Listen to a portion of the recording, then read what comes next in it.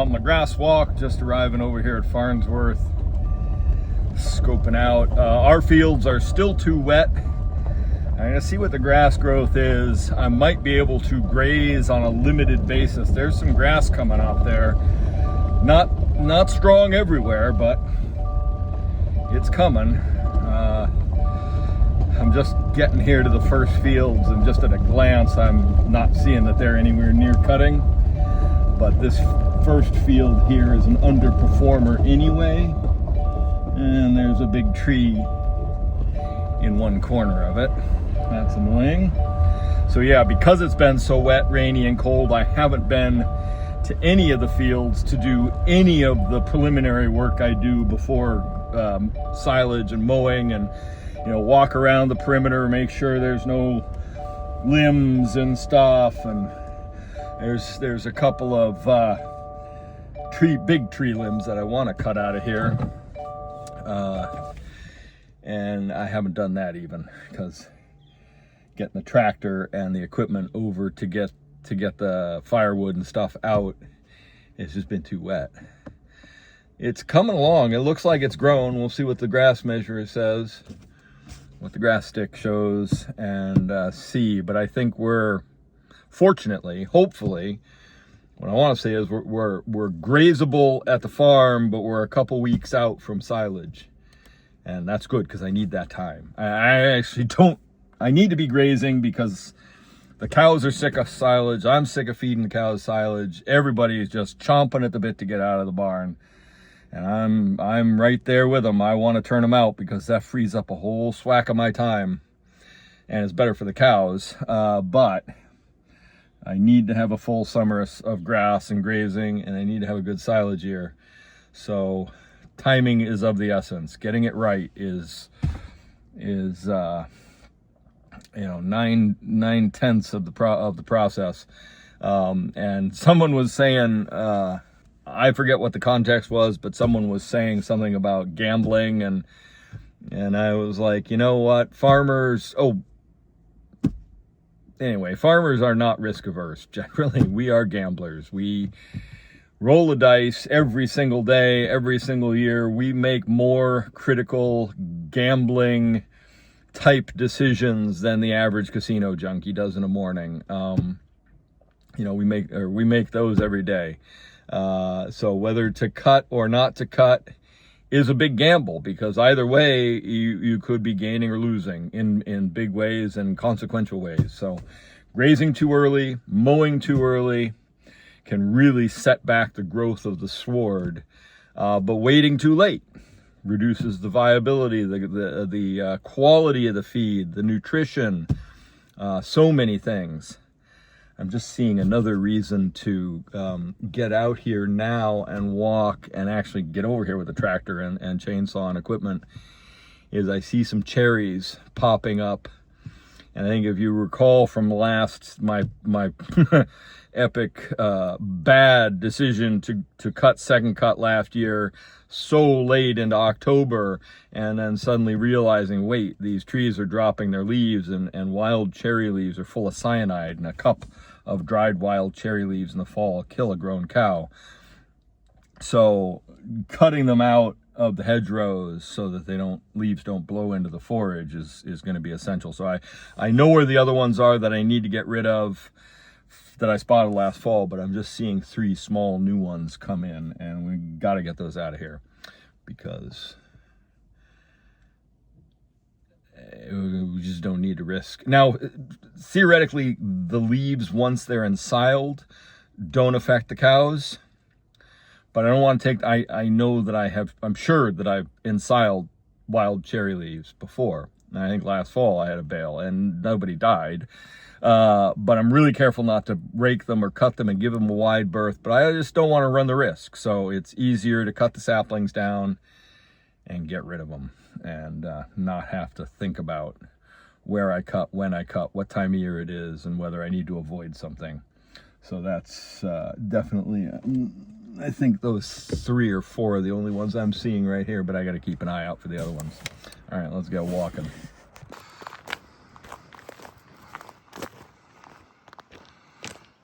Now, one of the things I think if we get the time, given that it looks like the grass here anyway, is slow growing, and we're right on the water. We're a slightly different microclimate here than up at the farm. I think I should have time, it's looking like, to get down the lime and some urea. As long as the fields are dry enough to travel on, that's my plan. I'm not going to put down straight lime. In the past, I put down dolomitic lime, which is high in magnesium, which you can buy in pellets, which is readily absorbed into the soil immediately and helps that season raise the pH. And so I've done this farm before that way. It's really expensive, so I can't afford that. So we're going to go with a seaweed alternative that is a biostimulant. It's a natural soil builder, organic matter, and it also happens in high enough quantity, 10 tons to the acre, lime, and raise the pH of the soil. So we're going to put that down this year and try. It's a byproduct of the food industry making carrageenan. It comes from Irish moss seaweed, harvested here in Maine, produced up the coast, and it's a waste product. All I have to do is pay for the trucking. So it comes out to be $1.50 a ton, and I need about an average of 60 tons per field. So, $75 to lime all this would be amazing. It would cost me at $400 a ton or whatever lime is currently. That'd be $2,400 to do this field alone. So definitely worth doing it. And the fact that organic matter is essential, certainly on this farm, and a biostimulant to develop the roots better. This farm struggles. I mean, we've got compaction issues, we've got low soil fertility, we've got bad grass species. But because I don't actually own this property and this particular field, now some of the other fields I may be able to till or plow or reseed in a big way, which I think needs to happen. Not so much this, because we're right in front of the house, and a lot of people are here over the summer vacationing. So I got to watch what I do here. This is kind of limited. I can only improve what's here.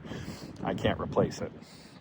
And in a good year, when the conditions are right, this field has outproduced a lot of the other ones I have, as is. I just think it needs some massive boosts now. And it's all weather dependent.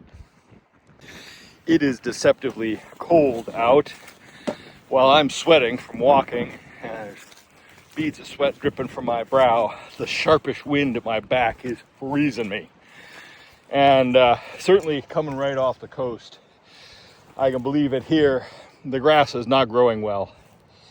And another thing I've noticed, even at the home farm, from my best field with the best growth to now relatively poor soil, poor field, poor growth, the dandelions are not growing well. There are a ton. This field is there's several dandelions every square foot.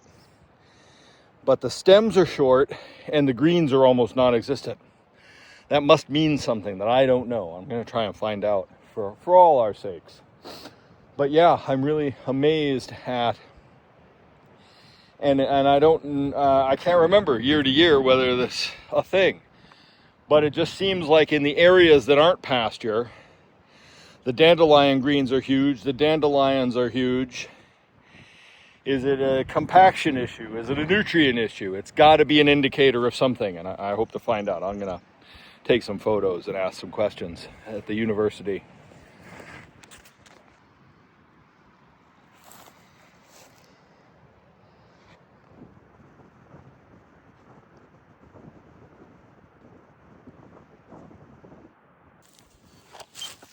All right, that is me done with this set of fields.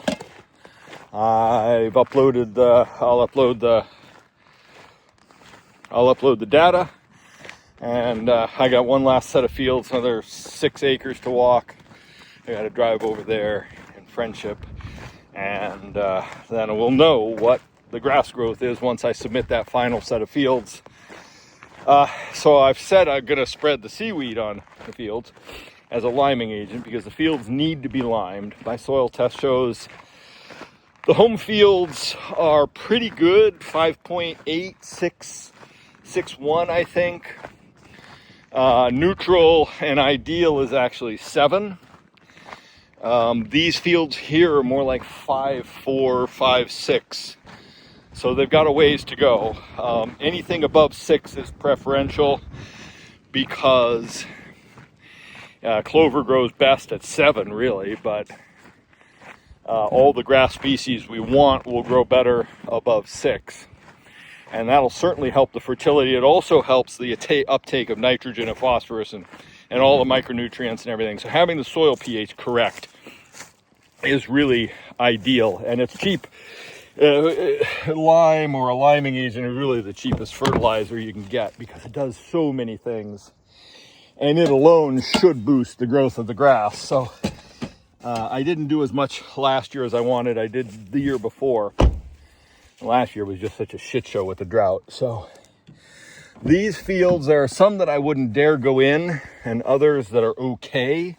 So I may, if this wind keeps up today, and if we have I think we're forecast for dry weather tomorrow and into Thursday with rain Thursday night. If that's still the case, if the rain hasn't moved up, I may consider coming over here and trying to put out some urea. Enhancing the grass growth over here would be really good. It might make a big difference right now in terms of uptake of nutrients and, well, it's ideal growing conditions. I mean, it's a little cold today. I think car says it's 55 degrees. With that wind, it's down in the 40s. So I think that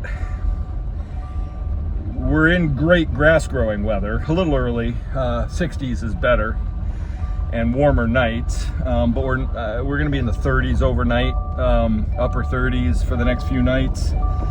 So still got lots of time. I mean, the grass is not gonna launch off and get past me at the moment. I'm sure it will turn a corner soon and do just that. But I gotta get out and close this gate here in a second.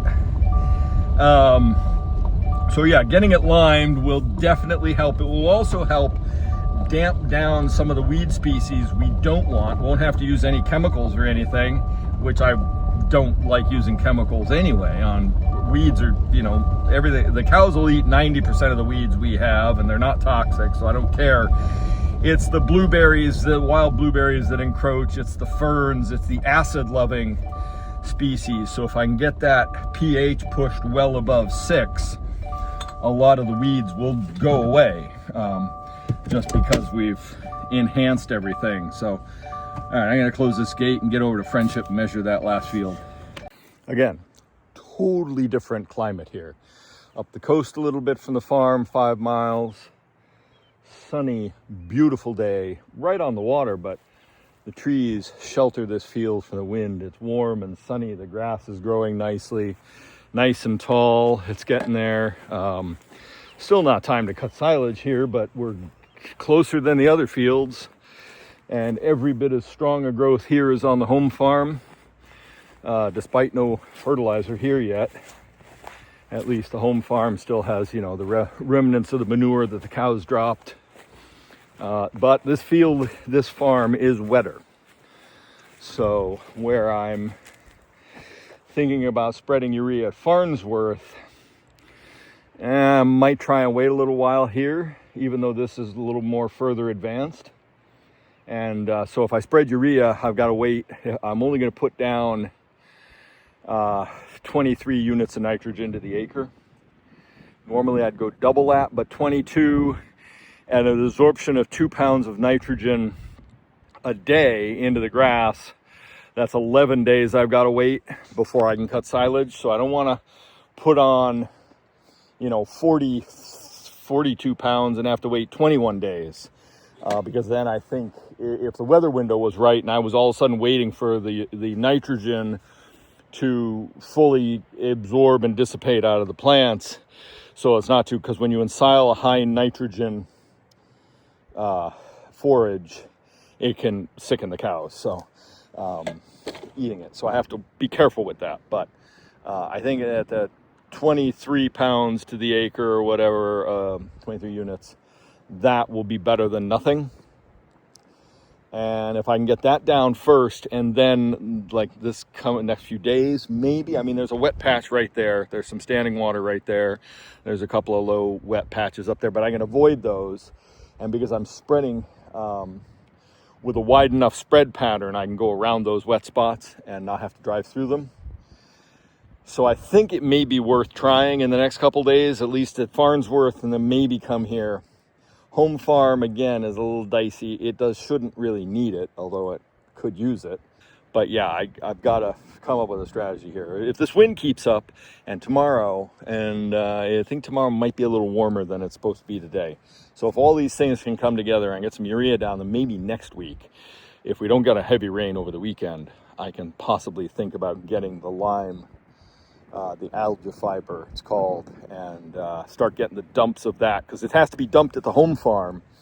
And I'm going to have to load the spreader that I'm renting and haul it here 10 basically, and only do an acre at a time. So it means for this farm here, that's six trips I've got to do it in. So that's a lot of driving back and forth and a lot of time, but it needs to be done. So, and my tractor, yeah, I'm really counting on the fact that my tractor, I hope, can pull the 10-ton of trailer and lime. So that's the other thing. And it's quite a distance, and the access to this farm is not great. It's very windy and hilly, and a lot of down and up, steep slopes. So yeah, I'm gonna test to make sure I can spread the stuff at the home farm and at Farnsworth, which is closer, before I attempt coming here, even though this is the place that really needs it. So let's get walking. This is my final grass measure. But I'll also say it is absolutely stunningly beautiful here, and this is one of the things I've really come to enjoy about my grass walks is I'm out in nature. I get to see stuff. I'm already out in the fields and in touch with nature a lot. But just coming here that extra time every week, get to see deer and hawks and stuff, and observe how stuff is going. It really is. It's one of the perks of the job, I guess.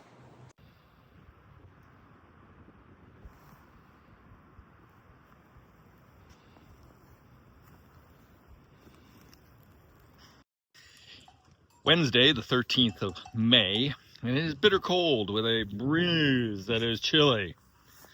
I'm just down here feeding the cows a bale and checking on Joy, who I am happy to say is on the mend. This is the second day where she's had no significant fever. Her appetite is up. She ate almost all of her grain in the parlor at milking. Her milk volume is increasing again. Her rumination time is up. It had gone down to 150 minutes, so barely 2 hours of rumination, when 400 minutes is sort of the standard.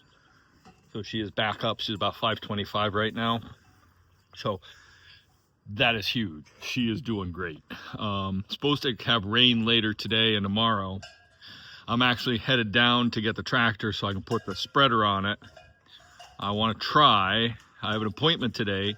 I'm hoping to work around that. I want to try and get some urea spread on a couple fields. First, I gotta feed out a bale.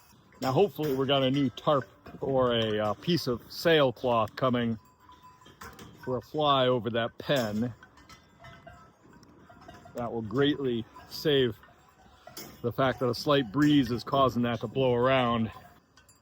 Now, as far as technology goes, Joy and SmaXtec, I fully believe the SmaXtec bowl has saved Joy's life. For her to have a fever spike like that, with no physical signs or anything telling us, and the fact that she was still okay even though her fever was spiking, or seemed okay, meant she could have easily gone down, and it could have been a very expensive set of vet bills with the possibility of her not living. We did what we could with the technology, monitoring her internal temperature and her rumen. We would have been hard pressed to know how to handle her a weird sickness otherwise. I mean, it would have been very expensive to have the vet out here once, probably twice, and all the medicines and all the other stuff that we fortunately were able to avoid. And so, for the cost of a $40 bolus and $250 a month monitoring her health, absolutely worth the price. And we got that for all the girls. So yeah, I am beyond impressed, and I'm also really impressed. And this isn't advertising for them; they're not paying me. I wish they'd get some money back, maybe a climate sensor sometime, throw my way. But anyway, yeah, we fully pay for it all because we believe that the health of the cows is vital. That anytime we can spend less on vet calls and everything, it doesn't help that our vet is far away and hard to reach. He's the only bovine vet that will come to our area, so it's hit or miss when you can get them. So yeah, having that technology in the cows to handle that is just fantastic. It just makes life so much better, so much easier, and the cows are being healthy. We're able to nip mastitis cases in the bud before they require antibiotics. Yeah, it's been super beneficial. And then the other thing is the tech support. There's an actual farmer on the other end of the phone when I call. A guy, our technical service team member, support member is decades of experience in large and small scale dairy, and just a font of information. Really nice guy to talk to. Hi, Jeff, if he's watching. Anyway, just that alone, again, is super beneficial, super helpful. So yesterday I did the grass walk, and I gotta say, this field is 90% there. This long field here, which goes all the way down, is about 80% ready. The other fields, not so much. And I was kind of saving this field. I was going to turn the heifers out into this long one. When I get it fenced, I may have to just quickly graze the cows through it so it doesn't get ahead. Currently, the grass growth is right about equal of what the cows would consume a day. So as much is being grown as the cows would eat every day across, it's hard to explain, but yeah, I mean, if the grass grows an inch a day across multiple acres and the cows are only eating a fraction of an acre a day, then the grass growth will stay ahead of them. But it's cool. I mean, like today, it's only about 52 degrees right now. And that wind is knocking it right down into the 40s. So it's cool, damp weather. Fortunately, I mean, and that's good in a way because the grass is slow growing. And it means it has more of a chance. I have more of a chance to get on top of some things like fencing and pasture allocation and stuff. But it's also kind of frustrating because the cows are ready to go out. I'm ready to turn them out. I don't want to allow the grass to get too far ahead, and this is always my own personal problem getting going in the spring, is when do you make that final decision to turn the cows out? Is it going to set the pastures back? Is it going to short the cows' grass? And I'm not worried about that today, right now, because I'm going to still feed them silage half a day, still send them out for a couple hours just to get things going. Takes about 14 days for the rumen microbes they're there. They're just they haven't had to digest grass. They haven't had to process fresh ingredients, only the silage, only grain. So they're kind of there dormant waiting, and they need to be in colonies big enough to really truly take all the benefit of the grass. So that's why, and also the grass is so rich compared to the silage, it'll run right out of them. There's no dry matter, no fiber in fresh grass. So that's why you see the green squits, the grass just basically running out of the back end of the cow. And that's also a loss of nutrients. That's a loss of protein and everything. So we don't want that to happen. So we're going to keep feeding silage, haylage, higher dry matter material. That also helps keep the butter fat up, seeing that we're now making butter. So that's also my challenge this summer. Last summer was about grazing well through a drought, or getting used to handling the drought and grazing. This year, it's about maximizing cow intake and keeping the milk components up. It's a little hard because we don't have a regular weekly milk test, and it would be expensive for us to start that. I think the machine to test on farm is about $10,000. So we're not going to race out and get one of those. So yeah, we only get occasional reports on the milk component amounts. And so that can be a little frustrating. But yeah, we got to keep the butter fats high, and they tend to go down. You need dry forage to keep butter fat going, fiber. And grass doesn't have any of that. And you don't want any fiber in your grass because the cows don't eat it as well. So all about the dry matter. And so we're right on the cusp of being able to graze. I'm hoping, today's Wednesday, I'm hoping by Saturday, I think I may, if the weather's right, if we don't get a lot of rain between now and then, and we're expected 3 days, or tonight, later today, Thursday and Friday are supposed to be quite rainy, or at least some period of rain. I don't know what kind of totals we're going to get. If it stays moderate, then I think I should be able to turn the cows out, and that will be so great. And so that's sort of what my grass walk was about yesterday, getting some measurements, finding out which fields are growing the best. Now, the silage platform, not growing at all, and that is a problem, and that's why I'm thinking about spreading some fertilizer today. I'm actually down here now to collect the tractor, drop off the chipper, and put on the fert spreader, because it needs a boost. And the ground's a little wet to travel, but I think I should be able to get away with it. And I kind of need to get it down, and the rainy weather and the gray day today are perfect for spreading urea.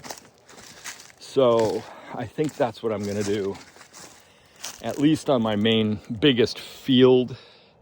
It also tends to be a little bit drier. So I think because the fert spreader spreads at about 40 feet or 32 feet, I'll have to double check, I can get away with fewer trips across the ground, spread wide, make it work. So that's my plan. That was what the grass walk was about yesterday. Got it in.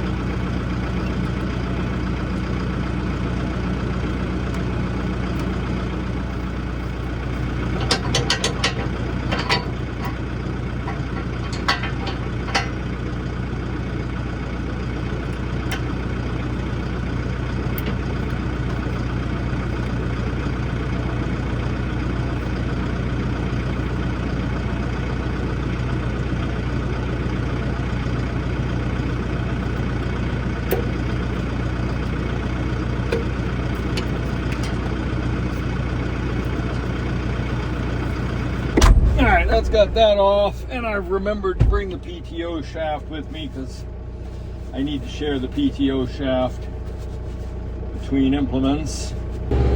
Now look, I know chucking fertilizer around isn't very, whatchamacallit. Say the name. Regenerative.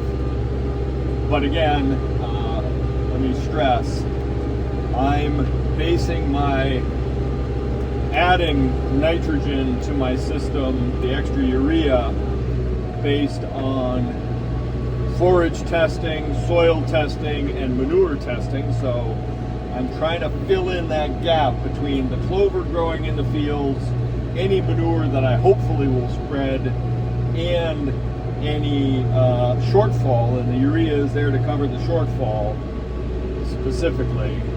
And in a good year, I shouldn't need it, but certainly in a year like this, and where I don't have a functioning manure spreader, my hands are really tied.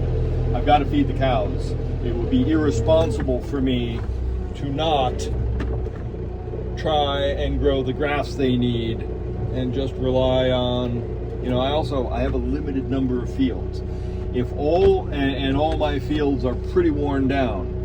So if all my fields were yielding correctly, and what I would expect, I think they're averaging around 2 round bales to the acre.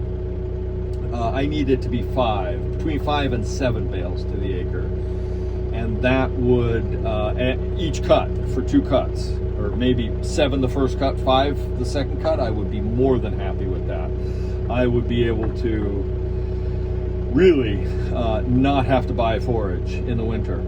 And that is the goal. But yeah, let's just hope we can get there.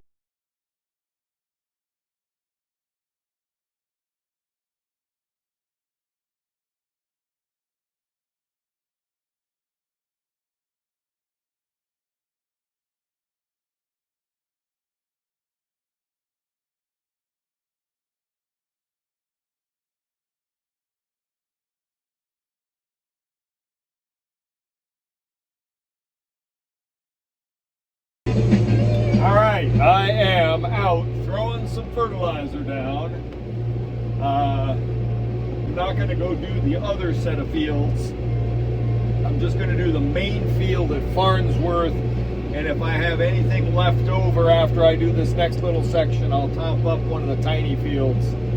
I only put 6 bags in, figuring a bag to the acre. I'm only doing 6 acres. I'm only putting, 23 units of nitrogen down or whatever per 50 pounds. Spread. This field is pretty good right now. It's growing well. There's just a few little deficits here that I want to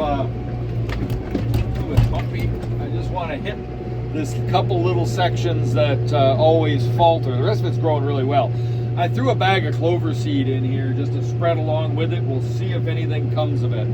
But I just got to get this done because it's already past milking time. But we've got a nice gentle rain tonight.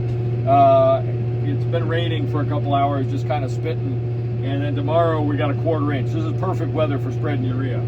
So I had to jump on it. But anyway, let me get this last bit spread and then I got to start milking.